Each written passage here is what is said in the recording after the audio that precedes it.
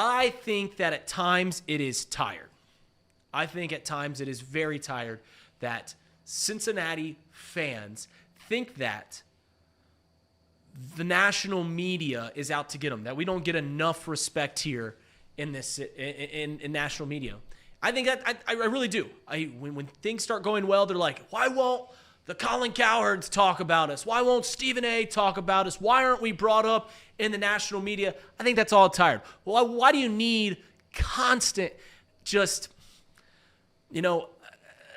approval from other people? Why do you need that?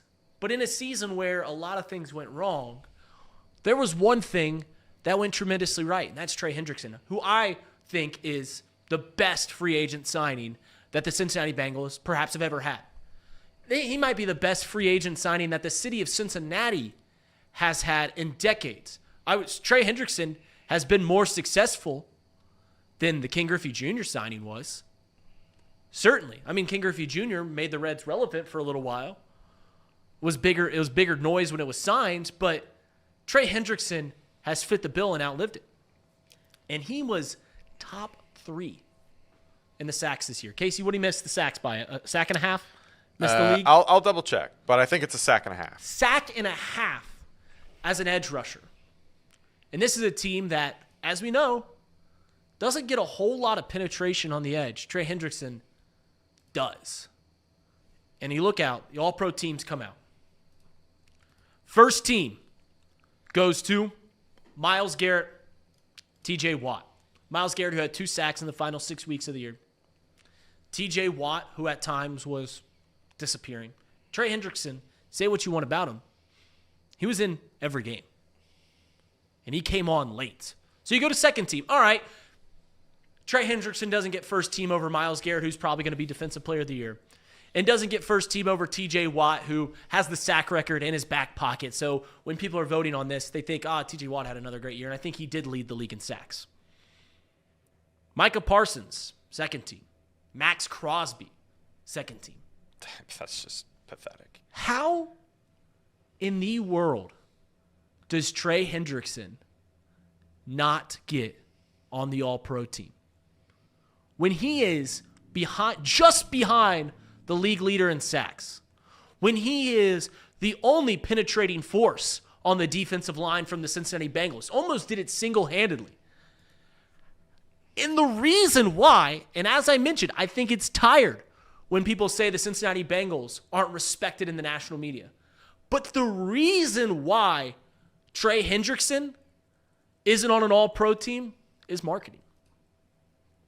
What the hell does that mean, Reed? Marketing? Well, he doesn't dominate like Myles Garrett did. Doesn't command respect from an offensive coordinator like Myles Garrett does. And Myles Garrett's the Defensive Player of the Year, so can't take anything from him. He doesn't have the all-time single-season sack record like T.J. Watt. Doesn't command offensive coordinator respect. He's not outspoken like Maxx Crosby. And he doesn't play on the most famous team in the sport, the Dallas Cowboys, like Micah Parsons.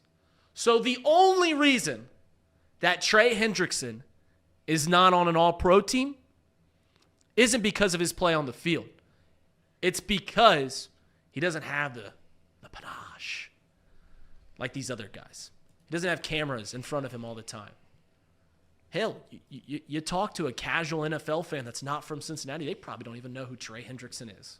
And I'm being serious about that. You ask a San Francisco 49ers fan who Trey Hendrickson is, who the best defensive player on the Cincinnati Bengals is, they won't be able to tell you. And that's the only reason Trey Hendrickson did not get on the All-Pro team. Casey, as the resident Bengals fan, as the most passionate Bengals fan, how much of an abomination is Trey Hendrickson not getting any All-Pro love?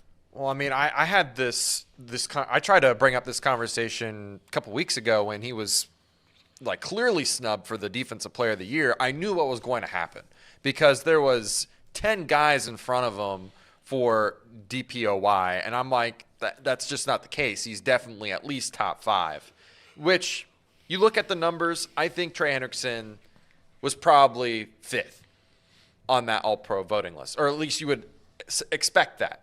That wasn't even the case. I think he only got like 7 votes or something like that, which is just unbelievable.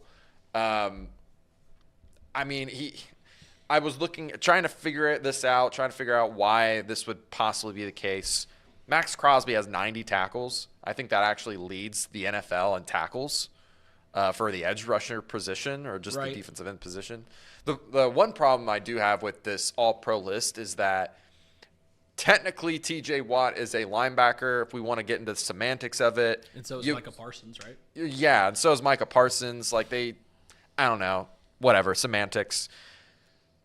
And then Micah Parsons, he has 60, I think, total tackles, but has 1 forced fumble. Trey Hendrickson had 3 this year, and Trey Hendrickson had more pass deflections this year. He was swatting the ball more.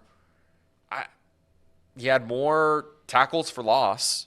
I mean, I don't know, man. At some point, like, it is a marketing issue. It's there's an awareness issue. I did think the last game of the season definitely highlighted Trey Hendrickson a lot, but it needs to be like that more often. There needs to be more conversation built around him. Announcers need to do a better job at making people aware that are just casual fans of the game to know who Trey Hendrickson is. Without Trey Hendrickson, right, this Bengals defensive pressure is non-existent. It does not exist without Trey Hendrickson. And I could make the argument for like TJ Watt that they still will have a lot of pressure coming from Alex Highsmith, from Larry Ogunjobi, Cam Hayward. I could make the argument for Myles Garrett this year that Zadarius Smith really helped elevate him to another level. I could make the argument Micah Parsons has DeMarcus Lawrence, the other guy on the other side. Right. Trey Hendrickson has no one. Sam. No one. Which, by the way, you guys don't want to talk about this. You don't want to talk about this, but I'm going to bring it up as we have this moment right here.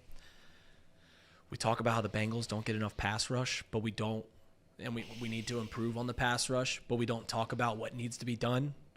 Does Trey Hendrickson need to be moved? No, because he's great on the pass rush. So who's the other guy? Sorry to say it. Sorry to put that realization out there. But start thinking about that. When you say the Bengals need more pass rush, think about what you're saying, because you know Trey Hendrickson doesn't need to be moved.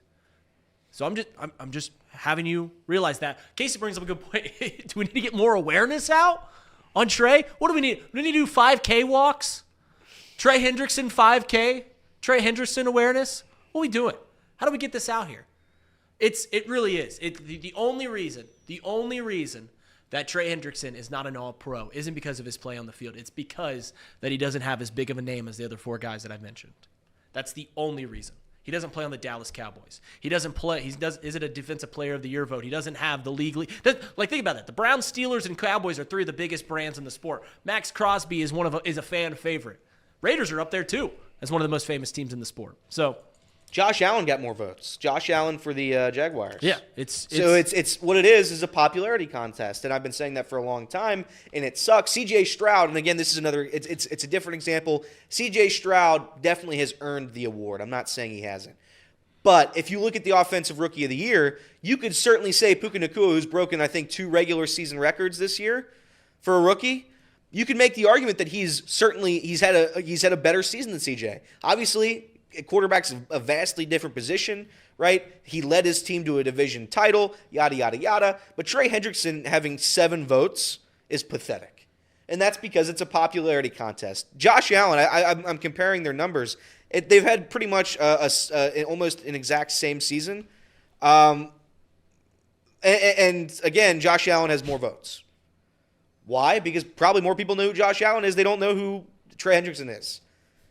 On the national broadcast, national scheme of things. Right. So having it be a popularity contest sucks, but it is what it is.